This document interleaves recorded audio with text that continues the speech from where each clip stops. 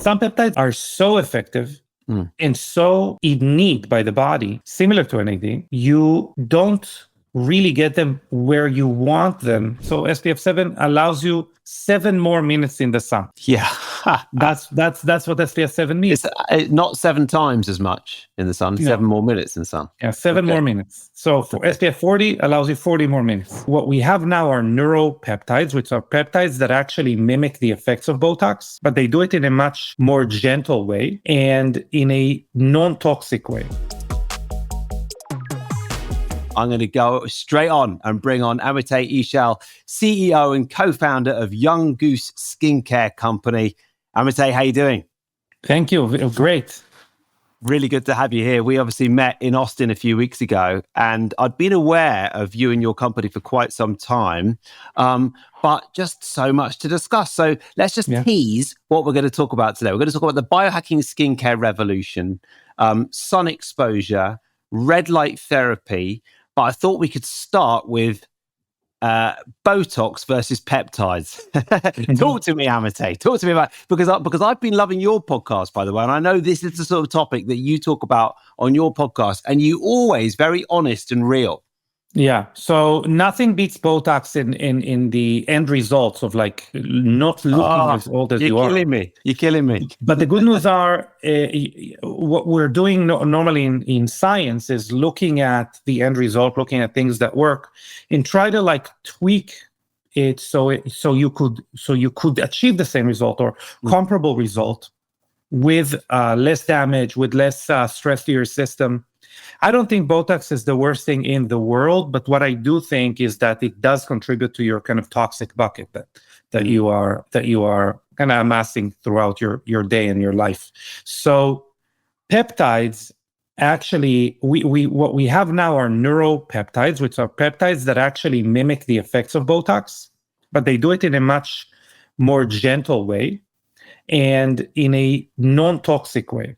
So they don't affect your entire system. They only sit on the nerve, which is what Botox kind of does. And what we're starting to learn is that they don't only have this Botox-like effect, but they actually have a longevity effect that they imbue on the same cells, helping them like deal with anything from like sun damage to oxidative stress to pollution, things like that. So peptides, obviously, they are a huge amalgamation of amino acids, and they all do very, very different things. Within the peptide category, we have peptides that are mimicking the effects of Botox. They give you about 10 to 20% of what Botox would have done if you use them consistently, so they build up in your skin.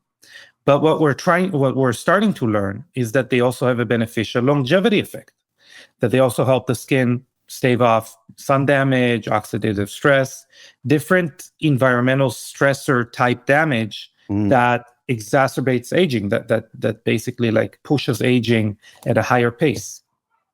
Well, that's quite reassuring then. So ultimately what you're saying is that nothing that works quite like Botox, but if we don't want to use Botox, I guess the effect from peptides is milder, but long-term pretty good. Not only that, also Botox doesn't want to work as well as Botox. No, so the zeitgeist in the injectable aesthetics field is finding ingredients that would give some of the effects of Botox injected, but would work faster, would be able to be metabolized by your body in a better, less risky way. So when I say that and I say, hey, nothing works like Botox, it's actually I would argue it's a positive thing. And I would argue that the entire spectrum of the industry, even those people who are currently injecting Botox, even a company like Allergan, who owns the patent for Botox, they have just registered with the FDA another injectable that works significantly less well than Botox, but is metabolized much faster. Okay. Yeah. So peptides can signal to the skin to produce more collagen and elastin, improving skin firmness and elasticity over time. Obviously, that's what you've got in your Young Goose skincare, and that's what I've been using recently, and I really like it. Can we from a totally vain perspective, what can we expect from using peptides on our skin? I think most of us are familiar with, if you're going to use Botox, what's going to happen? It's basically going to paralyze the face. And it is genuinely going to make you look a little bit younger, a little bit sort of smoother skinned. But what about peptides? What can we expect? And I'm interested from a personal perspective as well, I might say, because I'm using your product. Yeah, so peptides as a whole, we can do two things. So peptides as a whole, you mentioned like they make you make collagen, stuff like that. For those type of things, we have ingredients that actually help your body make the right peptides. So they're called propeptides, if you would, or so one of them would be like spermidine. Spermidine makes your body create a bunch of peptides or make better peptides that would signal those things. From a more vain perspective of like, hey, give me the goods, give me the looks. There are peptides that their almost only job is to kind of slow down the signaling to those muscles that are contracting. So these give a faster result. They're called neuropeptides. So Lufacil, Arginine, SNAP8, we use all of those. And they do a couple cool things. So on the short term, they make you have less wrinkles appear on the surface. But on the long term, you could think of your skin as a pliable material that keeps bending in the same spots over and over and over again. And then you accumulate wear in those places that we've greased the groove, that we've bent over and over and over again. So those peptides are really interesting because they would disperse the signal of bending to a larger area. So you're not going to accumulate wrinkles as fast. So you have actually a really cool short and long term with those specific peptides. Most of the time, they're expensive. They're patented for the most part. So you would find one of those peptides. The reason in more expensive products like ours, you will find combination. Or if you went and had your product, specifically made in a compounding pharmacy, they would normally use combination. Another thing we've added there, another peptide, is copper peptide, and copper peptide really does what you've alluded to. Copper peptide is a very, very, very small peptide. It can absorb very readily into the skin, and that does stimulate anything from gene transcription of collagen, so epigenetics of collagen, elastin, etc., to the more, I would say, general skin health, avenue of wound healing, reduction of inflammation, reduction of sensitivity, so people who are red, etc. Yeah. Very cool. I've been aware of copper peptide for quite a long time, and originally I think the only place we could get it was The Ordinary, and now there's a few other brands like you putting it in, but it's expensive, right, for you to put it in your products. And normally what companies like, so The Ordinary, people don't know that The Ordinary actually has a bunch of brands. So another brand that they have is called NIOD, and it's a brand that costs like 10 to 20 times more than The Ordinary.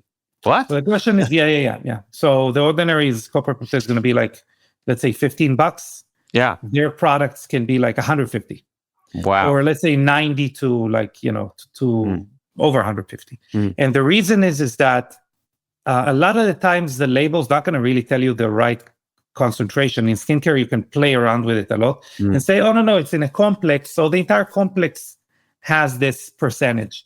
So you really need to kind of know what you're getting, but they were definitely one of the ones that were in love with it to begin with. What we have learned is that it does a really good job in combination with other things. With NAD precursors, for example, which it needs in order to affect the DNA. So the DNA to respond needs ample NAD. So the combination is very good. Combination with those other peptides that I mentioned creates a very good response. So again, combining peptides, which are signaling molecules, with potentiators, things that allow the skin to work better, like NAD, spermidine, ergothioneine, which is an antioxidant. Like these kind of things really, really, really are providing the right synergy to create real results, which are also compoundable. And I guess the final question on peptides is peptides are such a hot topic in our world at the moment, aren't they? And when you go to any conference like the one that we were at a few weeks ago in Austin, there are various peptides on sale. And there was a company called Level Up, I think I'm chatting to them fairly soon. And they've got brilliant supplements that you can take for various things that involve peptides. Well, that's what I was going to ask you. Do you take peptides and other supplementary forms to help your skin apart from what you put on your skin? Yeah. So a few peptides that I like, for example, from Level Up, I like a peptide that, again, is specifically for NAD synthesis, which is called, I'm forgetting, it's their longevity supplement. But the reason that I take it... It's called longevity something, isn't it? Yeah. But the reason I take it is because of a specific peptide that is there. It's called 5-amino-1-MQ, which helps you make more NAD. So they have a bunch of cool stuff there, but that's kind of why I take it. Copper peptide, really the best form to have it in your system is by injection. So I've done crazy things, anything from like injecting it to rigging an insulin pump so it would pulse it like really slowly into your system, which is kind of what you want. I take a bunch of like experimental peptides that my friends with labs sent me. And when I do jujitsu like a maniac, so when I get injured, anything like that, I use peptides for recovery, PPC 157, KPV. Most of them I do inject. So most peptides aren't as effective orally. Some are, like the ones that I mentioned, but some you would need to inject. So BPC 157. I've never taken that, but that is something that we've heard does really help when you get injured or when you've got some sort of problem or inflammation. Exactly, but some peptides are so effective and so in need by the body, similar to NAD, you don't really get them where you want them in many different applications. So drawing the line here, let's say I took BPC 157 orally, it would really be repairing my gut, for example, or it would go to internal organs first. Let's say past the gut. Yeah. Same thing with NAD. It like 95% stays in the liver. So a lot of the times you would need to find other ways to provide it to where you want it specifically. Like that's how we started as a company with NAD. With BPC 157, you would inject it into your belly fat, so it would go to your bloodstream and go all over the place. Another one would be TB500. Same thing, taking it orally. I don't know if there is robust evidence, but injecting it either specifically to the place of injury or to your belly fat seems to be, and I'm telling you from experience, is pretty remarkable. Really? Yeah. So what you do martial arts, jiu-jitsu, you get hurt, you inject it into the area or into your stomach? So BPC, I haven't seen a lot of difference between area and, a stomach injection. TB500 I have. So depends on if I'm lazy, if at the site of injury, if I can actually reach it with a needle, if I know what I'm doing. For the most part, I'll go belly. But if it's somewhere that for example, a wrist or somewhere that I have easy access to, then I'll inject it to this. And it really does work quite quickly. Yes, especially if you do, especially if you, if you are consistent with peptides. So people don't know that peptides build up in your system in general. Okay. So the result is really appears after a while. So BPC 157, the loading phase is like 6 weeks. So if someone got an injury and they took it for a week and they're like, hey, I don't see a difference, you're loading it in your system. So something to bear in mind. Mm-hmm. And for people listening, this is what Amate is suggesting you put on your face as well. It's pretty cool. I mean, it's the same sort of theory, isn't it? Same theory on the way it works. Correct. Yes. The cool thing about skincare is, again, we can create systems that are more than one ingredient, right? Yeah. That we can have, like we know, for example, that vitamin C orally, when taken orally, not ascorbic acid, but sodium ascorbate or stable forms of vitamin C. Ascorbic acid is really bad for you. Really support BPC 157 as an example. But you wouldn't inject, you would take it, you would take it orally, actually a few times a day. That in a skincare product, we're talking about one place that we apply something on, we can actually create, a full system in one product that these are a bunch of ingredients that support each other. Vitamin C would be one of them that I just mentioned. So that's the cool thing about skincare, that you don't need to play, chemist at home. You could have someone play chemist for you and obviously create a product that would work in the most efficacious way. Yeah. And before we go to this next story about sun exposure, you mentioned briefly how your company started. I don't actually really know much about how your company started. Tell me a little bit more about that process and how you came to founding it. So I was in the red light therapy space. I was part of an exit. And now that I had money, I was doing a few things. So by exit, you mean you helped build up a company and then someone came and bought it? Yeah. And I had money. I spent it on my health. I fell in love with NAD, but it was very, very expensive at the time. Talking about, almost 15 years ago. It was, thousands of dollars per IV. And we wanted to have the world feel better with NAD. So we funded this research trying to get it to absorb into your bloodstream by applying it on your skin. Very similar to how you would have hormone replacement therapy creams like estrogen or testosterone. Right. Yeah. And it didn't work. And we didn't know why it doesn't work. In the long story short, it didn't work because, as I alluded to before, it's an essential molecule that your skin will keep and use. It can never get enough of it as we grow older. It needs it to repair DNA. It needs it for 600 different repair processes. So any type of repair that your skin needs. So it didn't share it. So we didn't see it in the bloodstream. And it took us a long time, 2 years, to figure out that the skin uses it and how to measure the usage of it in the skin. And then we pivoted. We said, okay, we have a great skin health discovery here. And we started Young Goose. We then figured out that NAD alone is only a part of the story of your... Right. Of accessing or getting access back to the cell's youthful state. And that requires very complicated and nuanced approach. And that's why a company was born, that now we have, 17 products and we can build something very specific to a person, or we have products that, like the products that you use, that have all the right essential building blocks to target the 12 hallmarks of aging, the reasons that we know cells age. Well, that's great, isn't it? Because you did the research and you looked into it and you took your time and then you figured out exactly what worked and did more of that, which we need more of that in our world. Yeah, we actually are launching something really cool very soon, where people, when they get the product, we will fund tests for them to make sure to show them on a mitochondrial level that a product, reverses their skin's age. Then they unanimously would be part of a study that we can publish. But in the confines of their universe, of their experience, they will see how the product works on a cellular level for them. That's very good. Yeah. And then you got a customer for life as well.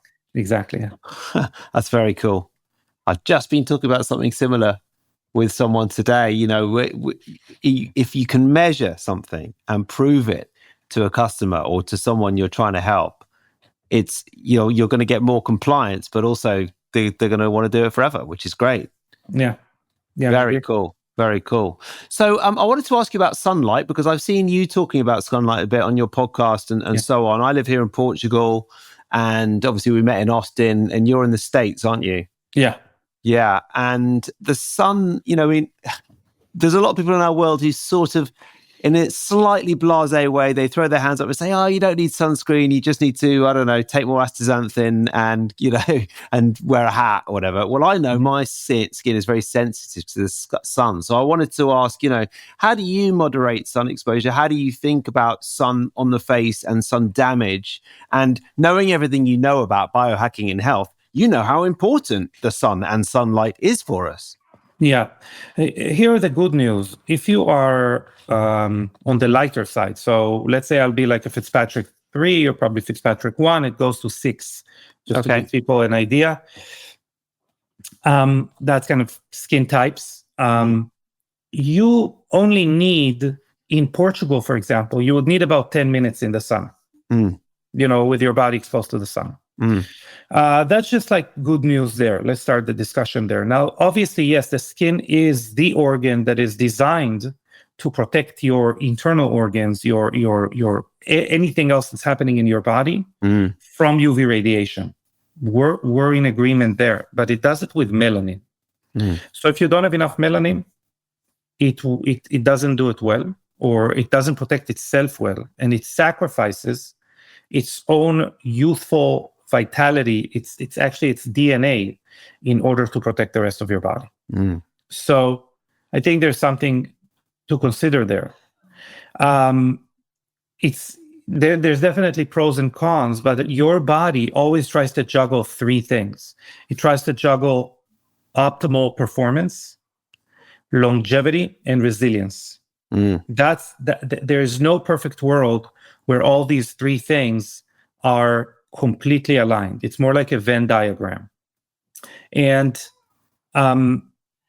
sun is definitely in the bucket of optimal performance, because we get more vitamin D, we get better hormone synthesis, etc. But longevity and resilience is being sacrificed.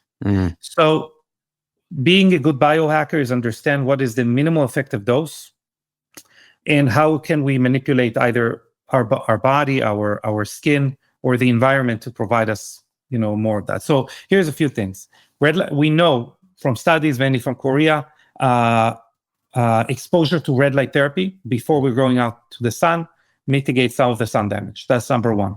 Number two, we can use something like you're using, which is zinc oxide, which helps us kind of reflect some of the negative sun UV, both UVA and UVB.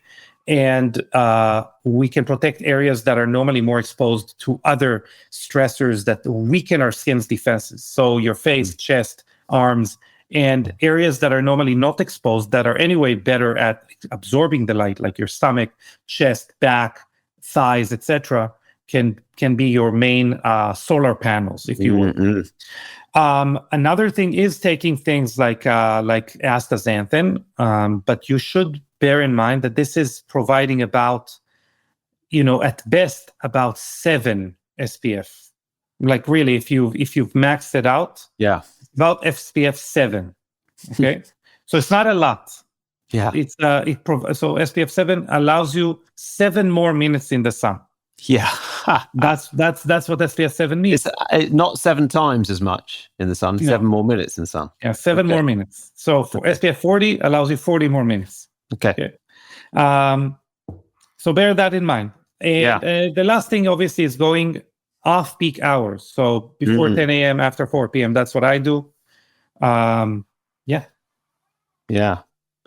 Yeah, that's all very good. I mean, I'm just like, I can sit in the shade at 5 p.m. here and start to catch it. So I have to be careful. I tell you what, if you could invent a natural sunscreen that didn't turn your face white like a clown, oh my goodness, you'd make so much money. We have it. Have you? Yeah. Really? Yeah. So I didn't know you had an SPF. Yeah, you see, I'm an asshole. I didn't give you any, but we'll take care of that. But, that's great. I didn't know you had that. So here's what you can do. So there are a few companies that what they do is that they micronize zinc oxide. They make it like a nano sized. But the problem is that it's false advertising, because zinc oxide needs to sit on your skin exactly like a physical mirror, like a barrier. So nanosize absorbs into your skin. So that's not a good and it absorbs into your bloodstream as well. Am I right? It gets to your brain, and that's not good. No. What you could do is, and that's what we do, and there are a few other companies that do it. Pavis is another one. They have a very fancy term for it, but basically it's the same thing.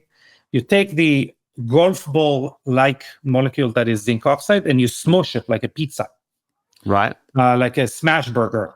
Yeah. And then it actually provides that defense, but it actually provides better coverage, because if you could imagine golf balls next to each other, there is a place where they touch where there is not a lot of defense.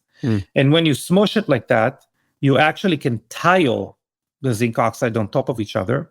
It doesn't look white, because the whiteness is actually the off angles that you're seeing where the golf ball catches light. But it covers better. It gives you even coverage, and it doesn't look white. You sure? Because I've used other products that say it doesn't look white, and it does. Well, not only that we're sure, you would be even like an easy example, because when you get into darker skin tones, that's where most of them do show and ours does not. Wow.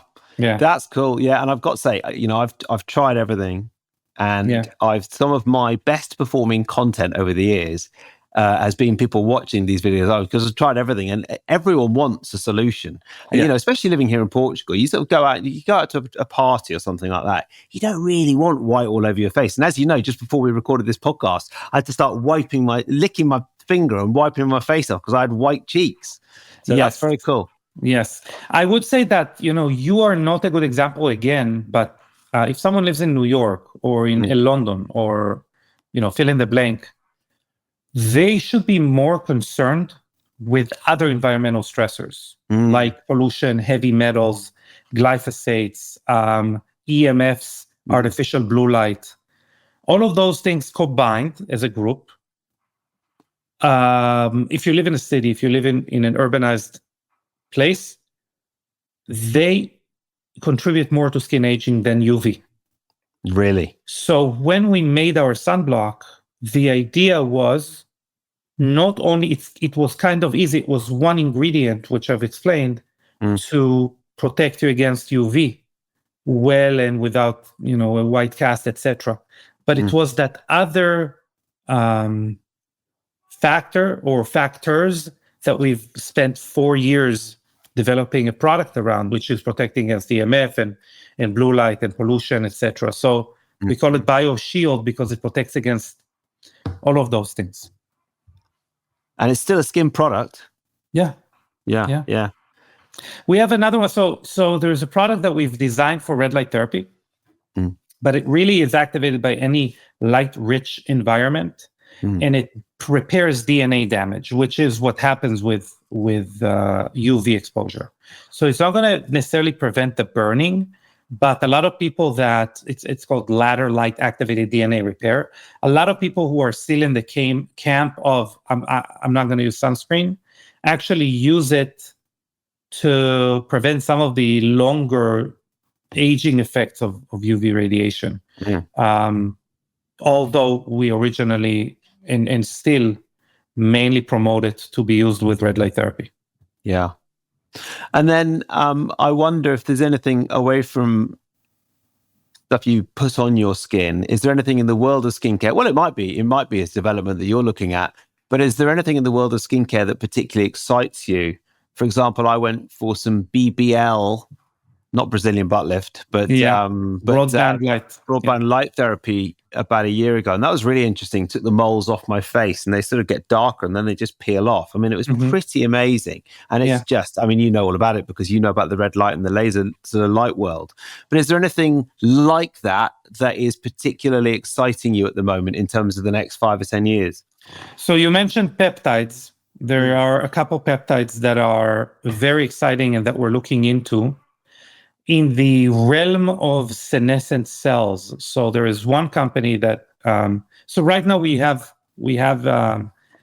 ingredients that lower senescent burden, and they do it like really, really well, but they're very expensive. So we've been looking at ways to offset that. There's one company, they're called OneSkin, that they especially have one peptide that is specifically for senescent cells, which is very exciting. And they are working on research to show that it works in humans, but their research so far in cells look interesting. So obviously I'm rooting for anyone that does a good job. But there are a couple peptides that we're looking at that have a lot of promise in reducing senescent burden in the skin. So that's one thing that excites me. Another one is we actually derive exosomes from PRP. Rich plasma. And we can look inside and say what's inside, which is missing now in the industry. So exosomes is a huge buzzword right now, but no one tells you what they have inside. No one knows that they're really just a carrier. And what's inside that's important, right? You hope that there are good things inside, but you don't know. So we found a way to look inside and tell you what there is every time you get a product. Every batch we're going to test. So that there's called quantified exosomes, and we're working on releasing those. And this is really, it's actually pretty cool. And methylene blue. There are a few companies that started using methylene blue in skincare, and we were kind of frustrated because they were using very, very small amounts because they don't want to dye your face blue. But we found a way to have a large amount of methylene blue in product and not dye your face blue. I used to have a prototype here. I guess I don't anymore. But here, actually, I have a prototype here. Oh, great.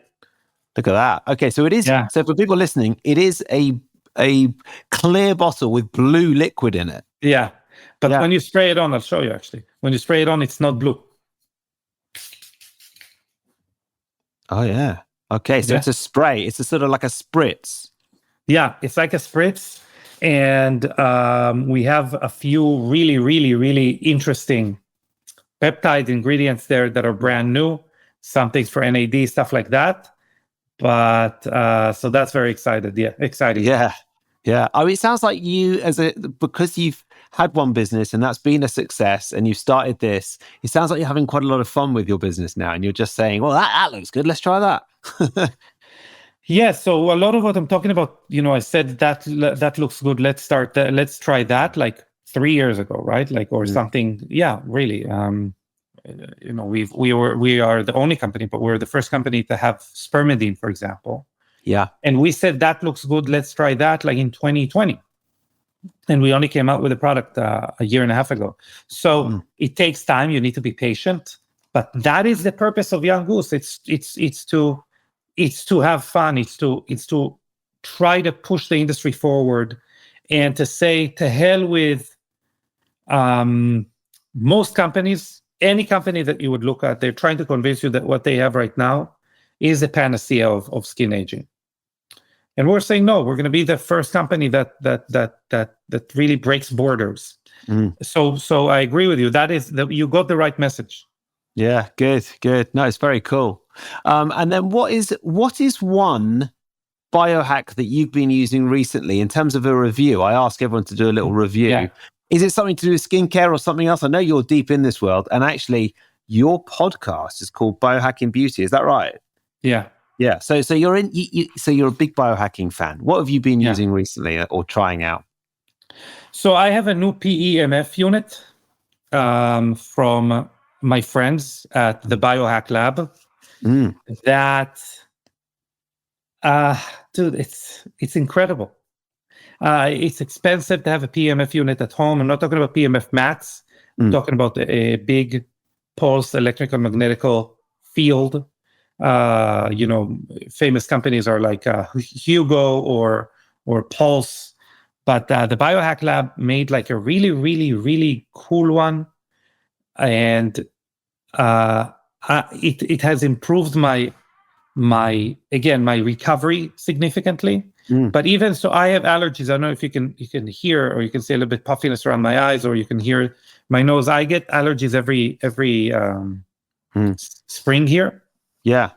And I had skin allergies that would flare up, and I would have like a couple of weeks of total nightmare. And it cleared them up. So I 2 days in, I did a PMF session, and they just went away. And again, like what you see right now as the residue is so much better as from my usual experience. It's quite, it's pretty insane. Great. And so is it like a full body machine that you sit in? So it's a mat, and you have accessories that you can attach if you didn't want a full body. Yeah. Again, like full body energy.